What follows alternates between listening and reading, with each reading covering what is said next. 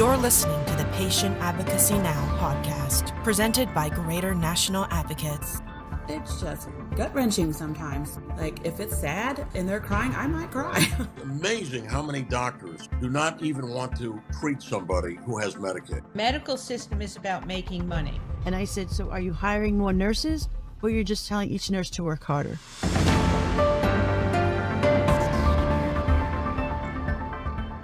Donna Sullivan, thank you so much for being on the podcast.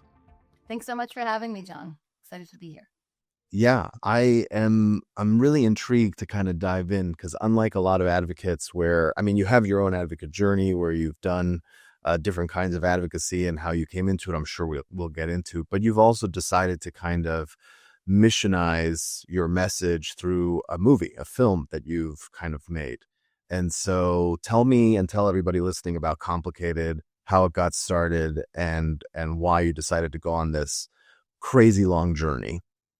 Okay. It's a long story, so feel free to break it anytime if you need to. Yeah, sure. Essentially, 12 years ago, I had 3 children who were suffering with a condition called Ehlers-Danlos Syndrome, which at the time nobody knew anything about. And unfortunately, people were running into some really serious problems in our medical system, especially children. So I was working as a volunteer at a nonprofit called the Coalition Against Pediatric Pain. And we started organizing other families whose children were living with chronic pain conditions. And we very quickly realized that pain is very highly misunderstood in medicine anyways, and can also create a lot of challenges for patients. But when it came to kids, at that time, there was nothing. There was no support. There was very little information. And so we started a nonprofit, and we got inundated pretty quickly with all sorts of families around the country whose kids were missing school, homebound, and really involved with these very serious pain conditions, things like complex regional pain syndrome, which my own son had, which ranks higher than amputation level pain when it flares. There's sickle cell disease. There's all different types of pain that children live with.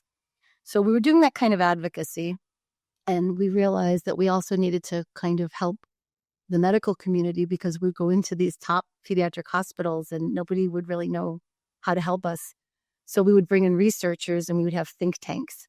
And we flew in all these physicians who have now gone on to have very big careers and are pioneers in Ehlers-Danlos Syndrome, which, by the way, is finally getting more awareness and more respect. I've always said it's the biggest story that medicine missed, because connective tissue, when you think about it, Ehlers-Danlos is a defect of collagen in your connective tissue, but it's actually a much more comprehensive disease state that involves the immune system, the neurological system, and conceivably could affect any organ in your body, because collagen is everywhere in your body. Mm-hmm. But back then they thought we were just bendy and hypermobile. And so it really made getting care difficult. So kind of against this backdrop of caring for my own kids and other families that were suffering terribly and having trouble accessing care, my background is in journalism, and I was working as a producer at the time, and just started to think about, like, these are really much bigger problems that nobody even wants to talk about, because medicine, is very much a do no harm business. And so, we'd see these kids come in and they would have had a surgery that went really bad. And all of a sudden the parents were like, I feel like I'm doing something wrong. Like, it's like they don't want to treat us anymore, and you watch enough of this and you start to kind of observe and understand that. When you say they don't want to treat us anymore, I'm sure for you, it's like, I know exactly what that means. But for someone who's a parent, it's like, what are you talking about? Can you kind of walk me through that? Sure, I can. And some of it is Ehlers-Danlos specific, but what I can basically share with you is, orthopedic issues are a big challenge and part of the condition. So sometimes you would have families that would go in for surgery. Now, I would know, because we worked with researchers, that one of the components of the condition is called mast cell activation syndrome. Basically means your body is way more sensitive to the world. And there's tons of people that walk around and they're very sensitive. They might have allergies. They might be breaking out in hives to their environment. But some of these kids that had really high mast cell, they would go into hospital settings and be allergic to everything, because think of all the chemicals that are in a hospital room. Right. So there was that nervousness that the families would have, and they would go in and they would bring the blankets, the pillows, the clothing. The parents would be a little bit more on alert because maybe they've had a lot of really bad things happen in medicine. Now, a surgery would happen. We know, because we've seen enough of these kids, that post-op isn't always pretty. Some of the other comorbid parts of the condition can sometimes play a role. So, for example, pain management. My daughter's a great example. Anytime she had a surgery, the top pain team would come in and she would end up in ICU. They didn't know about pharmacogenetics at the time. Even when we learned about it and would bring it to physicians, even today, some of them will say, well, that's not real science. But what we do know is that genetically, our kids anyone can metabolize medicines differently. And sometimes you have to adjust dosing. So you might have a kid come in for a surgery. Post-op, things start to go a little sideways because their medicine's not being done right. They have what's called POTS, which can flare. So now all of a sudden, the physical therapist comes in and they're trying to get this child to walk after surgery, and they're really struggling and they're really weak and they may even faint. And, is it that they're psychological and they're not trying? Is it that they're upset because they had surgery? No, it's because their heart rate is going from, 40 to 160 and nobody's monitoring it because they just don't know to do that. Right. These kids suddenly became labeled as complicated patients, complex patients. And, unfortunately, the business of medicine is different than, the practice of it. So, hospital systems that are like, in and out, So they start to be seen as problem patients. So, for example, my son's a great example. He had an orthopedic surgery that didn't go well. And, the physician treating him was retiring. Good luck finding an orthopedic surgeon to follow someone else's surgery anyways, let alone in a child who has a condition that when he flares, it's higher than amputation level pain. Nobody wants to touch that. So you become a medical pariah. And that's kind of what happened to a lot of these families. So that's what I mean by, like, you go in for a surgery, things start to go wrong. Parents in their stress and their love don't always advocate in a way sometimes that is conducive to good outcomes. And what I mean by that is, everybody's human. And trust me, my husband, who we lost on the journey, would sometimes his fatherly instincts would kick in. And we laugh. He was thrown out of 2 hospital settings because he started to get a little amped. Which isn't productive, but it's human. Mm-hmm. It's very human, right? This happens all the time. So yeah. So just to clarify, it sounds like at a certain point, the clients or the patients are just abandoned and said, good luck, go home, and we can't do anything for you. Yes. And that happens all the time. And sometimes it was very straightforward. We have letters that have been sent to patients, sorry, we're no longer treating Ehlers-Danlos Syndrome. Well, that's great, but my child has a heart condition and I don't know where else to go now. Yeah. So that was happening. But then we had other families that you could see the level of support being pulled back. And a lot of times that's very confusing for families. Like, why? Like, I have a right to get medical care. And it's like, well, you do have a right to have medical care. But, there's also the fact that sometimes there's not care for what you need. Right. A lot of these conditions don't have treatments and cures and quick answers. And clinicians are put in a really bad spot. So it's kind of what I call a sticky spot in medicine. It's a real sticky spot. So yeah, so seeing these families running into these bigger problems and having these bigger issues was hard. But on top of that, our nonprofit started seeing another really unexpected thing happen. And it was around families coming in with Child Protective Services having been called because the hospitals where they went to for care thought that maybe they were over-medicalizing their children or doing something called medical child abuse, which is a very serious, condition. It's a serious problem in medicine. I never want to undercut that, but unfortunately, it's also a problem in medicine that's very poorly understood. So it really comes down to a definition that physicians are trained on. What is the definition of medical child abuse? And they look for things like, kids who have symptoms that don't make sense. Maybe they look for, parents who are very comfortable in medical settings and can talk to doctors confidently or have looked for care, in different states, different hospital settings. Well, unfortunately, if you have a rare condition, you have all of those line up. Yeah. So it's it's literally the same definition. And that's something that we talk about in our film. What you're looking for medical child abuse mom is very similar to what a rare disease parent looks like. Sure. The problem is the world has this fascination with kind of the macabre, and the idea of Munchausen is like really popular right now, pop culture. And there has been some horrible stories come out of it. So, Yeah. So it's a problem is it a problem in medicine? Yes, it's a problem in medicine. But again, it's not one that medicine's ready to talk about. So we had a family come to us for help at our nonprofit, and we were helping this family who had made a medical decision with their doctor to take their child out of the country to access ketamine, which is a very widely used anesthetic, but it's not very well studied, especially in children. And it is something that, because it's generic, there just hadn't been a lot of interest in at that time. Now it's being used more widely for depression and for other things. Sure. But researchers knew back then that her condition, complex regional pain syndrome, which, as I said, shared my son also had, did respond to ketamine. You've got a child who has a condition that when it flares is higher than amputation level pain. Right. And this can help them. So they took the child out of the country.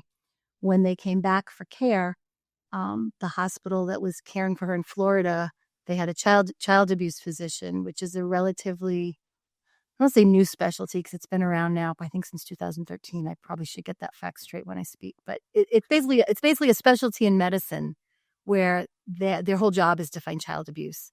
And it's the hardest job in the world, the people that have it. But unfortunately, they're not really well trained in rare disease. These physicians have more of a forensic role.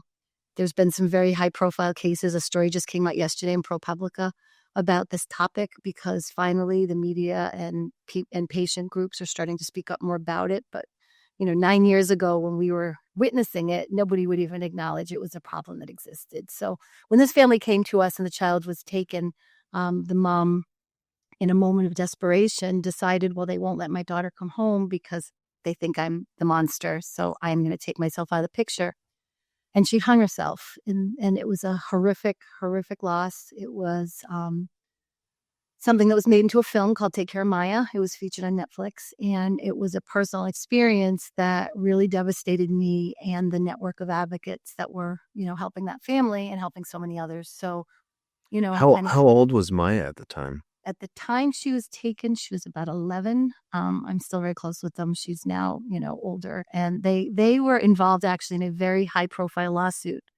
A lot of these families, it's very difficult to sue medical systems, but they did have a very high profile lawsuit that was covered in court TV every day. So, they did end up winning a very massive judgment, which of course is now being appealed by the hospital. And they're going to be in litigation forever, but she is now 21, 20, and doing great. Yeah. I saw her a couple months ago. She's doing great. But it's been a very hard, surreal, horrible loss. I can imagine. That's horrible. Yeah. But yeah, they're a very strong family.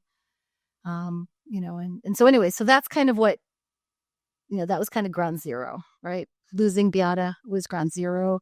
And we cried for a couple days and then talked to the other moms in the network and said, we got to do something. We can't fix this problem if nobody can even acknowledge that there is a problem. And I don't even know which problem to start with, but let's just start filming. So, we reached out to a group of families, and I reached out to a bunch of physicians and wrote what they call a treatment for a documentary. We had seen this documentary that had been done by a gentleman named Andrew Abrahams, and it was called Under Our Skin, where he covered what happens to human beings when medicine, has controversy and doesn't know how to treat them. And it was beautiful. It's called Under Our Skin. It was Oscar shortlisted, and it really got to the heart of what we felt was happening to our kids. So we called him, and he said yes. And we tease him a lot about that now. We're like, did you have any idea? Because, he had, even with that condition, he came into the Lyme space with a lot of support for Lyme disease in general. Which is what the other movie was about, Under Our Skin, the Lyme disease, right? Yeah, which is what Under Our Skin was about. So, here we are trying to fund a film for Ehlers-Danlos, and we can't find funding anywhere. And it was, he's kind of like, oh, this is a little harder than we thought. Yeah. It's a little more complicated, but we got it done. So we, for 9 years, followed families living with this condition. We did lose almost 2 years because of COVID, like the rest of the world. Right. But our goal was to make a film to show that these kids who are being shown as psychological and weak in a way, right, were actually really strong and had this much more complicated condition than what medicine understood at the time. That was our hope. I meant to bring in the experts to kind of share what they knew about the condition. But the more we filmed, we found ourselves in much darker places in the medical system that, are really surprising. And not only in medicine, but also in the legal and child protection. And there's one scene, I won't give the film away, but there is one scene that everyone's like, there's no way that happened. And I'm like, you just watched it happen real time. Yeah. Our cameras were rolling in the courthouse. So, yeah, so it's, so that was our intention. The film, and I'm just, going to try to speak from the heart here without getting emotional, is everything. It covers families. Sorry, I'm going to try. Families that, we've known for a long time, whose children suffered greatly, and we lost them. And we didn't expect to lose them, some of them in the film. It was very unexpected. I'm so incredibly proud of them. And when you see the film and the advocacy that these young people in their darkest moments trusted Andrew, and trusted me enough to let us into those dark, dark places of what really truly happens to people who have been marginalized in our medical system or can't get care. We have one child who tries to take her life. Suicide is a really hard, dark place in chronic illness that doesn't get enough support. So we go into some really dark places, not intentionally, but I always like to kind of warn people, I wish this was this happy film of resilience and hope. It is a film of hope. There is some really incredible things that we've captured. But there's also some dark, dark places. But I think that's how you move the needle. These kids and their bravery, these families and their bravery, are going to show people what this really looks like. You can say, I can't get help for my condition, or I'm struggling to access care. Well, now the world can kind of see what this looks like. And, I'm incredibly hopeful that, this film is going to allow the people who can make a difference, who can make a change within their own institutions, administrators, hospital, lawyers. I'm hoping this film is going to give them kind of the fuel that they need, or the ammunition to say, this is what we can fix, because this is a very fixable problem, but we just need the ability to talk about it. And I'm hoping that that's what this film will do. And it sounds like it's a fixable problem through education, mostly. Absolutely. 100%. Well, it's actually, let me back that up. It's a fixable problem through education, but it does require a couple of things that medicine's not good with. One of them is being open. Real world evidence, clinical evidence, and research all need to kind of be factored in. But it also requires honest acknowledgement and transparency. And that's the part that's hard. And let me just show you what that looks like. Right? Sure. So there's this group that I'm trying to get behind the film. And they're a watchdog in medicine type group. And I thought, they would really be able to help move the needle here if I can get them to look at the film.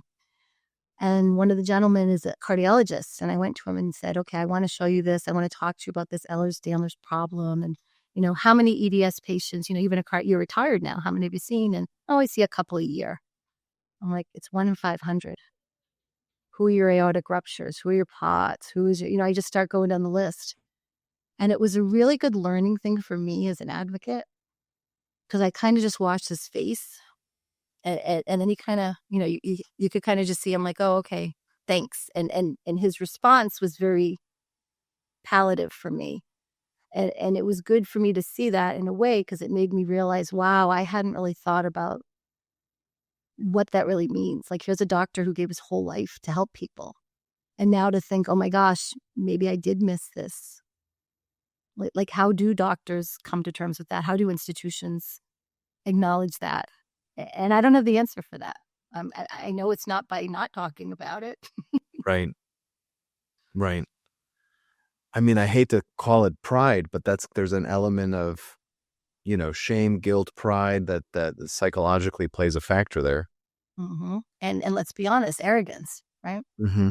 Is medical arrogance. And it's been very interesting for me as an advocate working with different researchers in different medical institutions to see what systems are very open and which ones aren't. And, I had a funny kind of another advocacy story where, some physicians that my family loved who were there for my kids during, we were my son was 9 years in a wheelchair. Like this was a decade of our life that we lost. My children lost their childhood. My husband directly lost his life from the stress of what this journey did to us.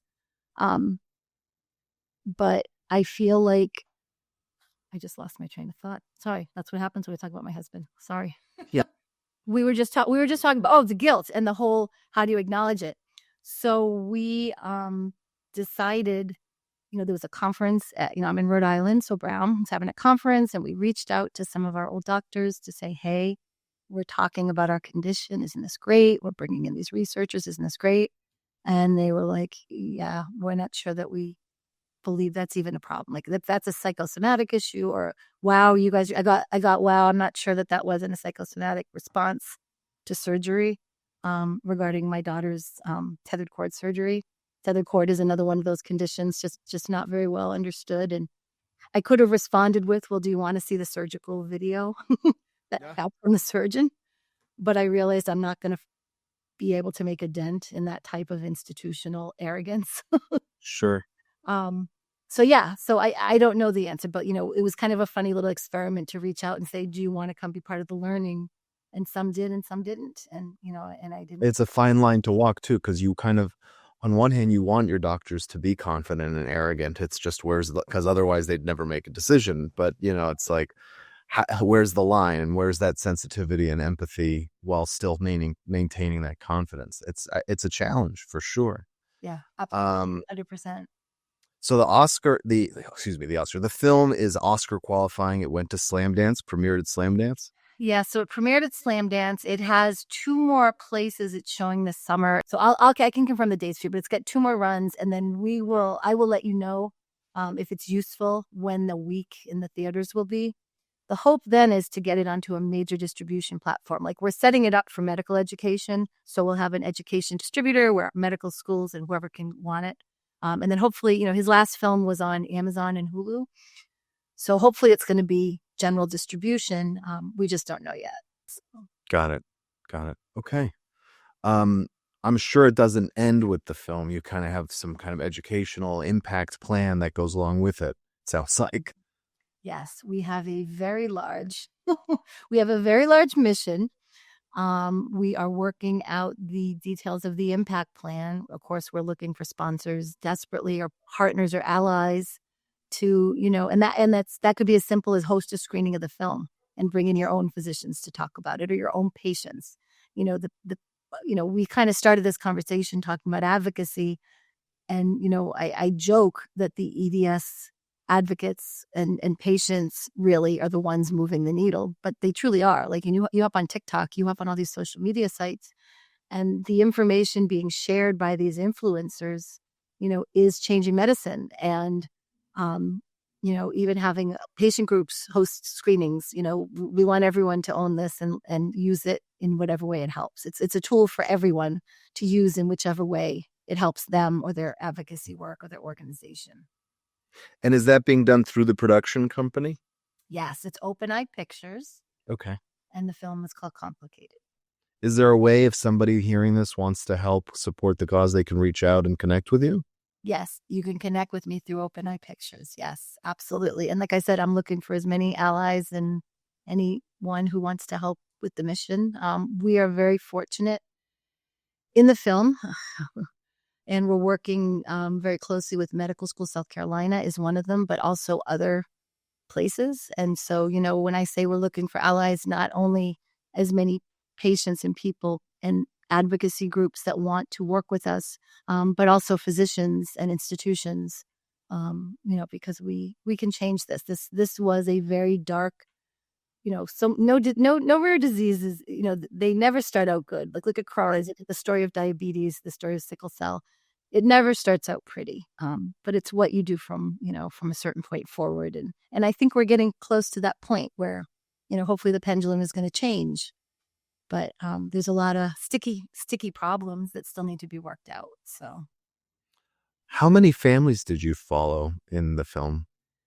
So we wound up focusing basically on 4 main families, and then there's kind of 2 other storylines that play out throughout the film. So, and it was making the film was challenging in that, you never knew, day to day, week to week, month to month, what was going to be happening.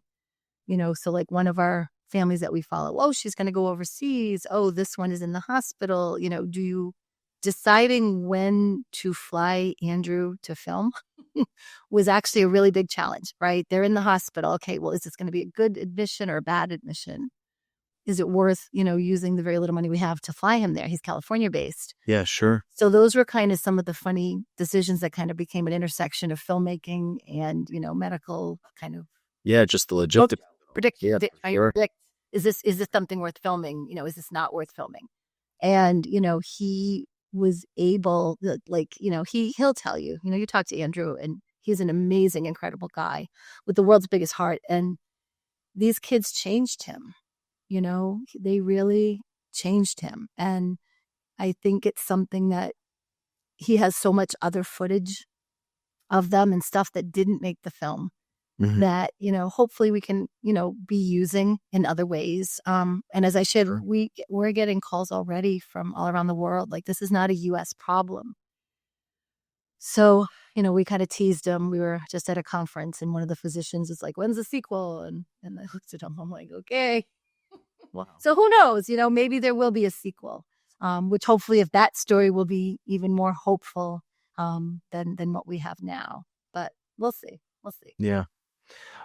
You must have learned a ton just making the film in terms of your own advocacy practice and whatnot. Before we started rolling, you talked about creating your own nonprofit. Tell me the impetus as to why you decided that was necessary and what the goal is there. Sure.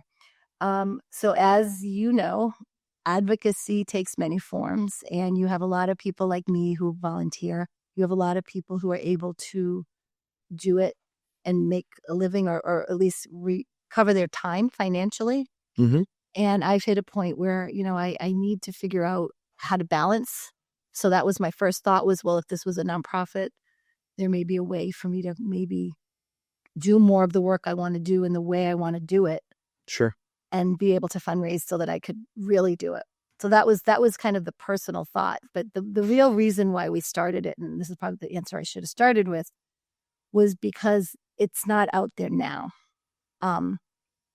What the type of advocacy that we're doing. I just, I'm on the board for some really great organizations and their missions are critical. Like I said, I'm on the research board, the Connective Tissue Coalition. We're focusing on the research, the TCAP Coalition Against Pediatric Pain. We're focusing on the support and summer camp to support these kids. Pathways to Trust. We're working on the medical advocacy.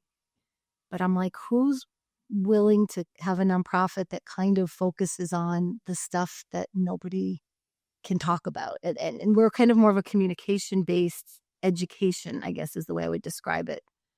So that's really kind of what prompted me to think, okay, I think we need to create our own thing so that we can, define what the mission is, define what the need is, and just keep doing what we're doing, but hopefully do it at a bigger scale, And so that's really kind of the other reason, as I shared with you at the beginning, I tend to shoot straight and I'm kind of an open book, but yeah, all those things kind of came into play for me.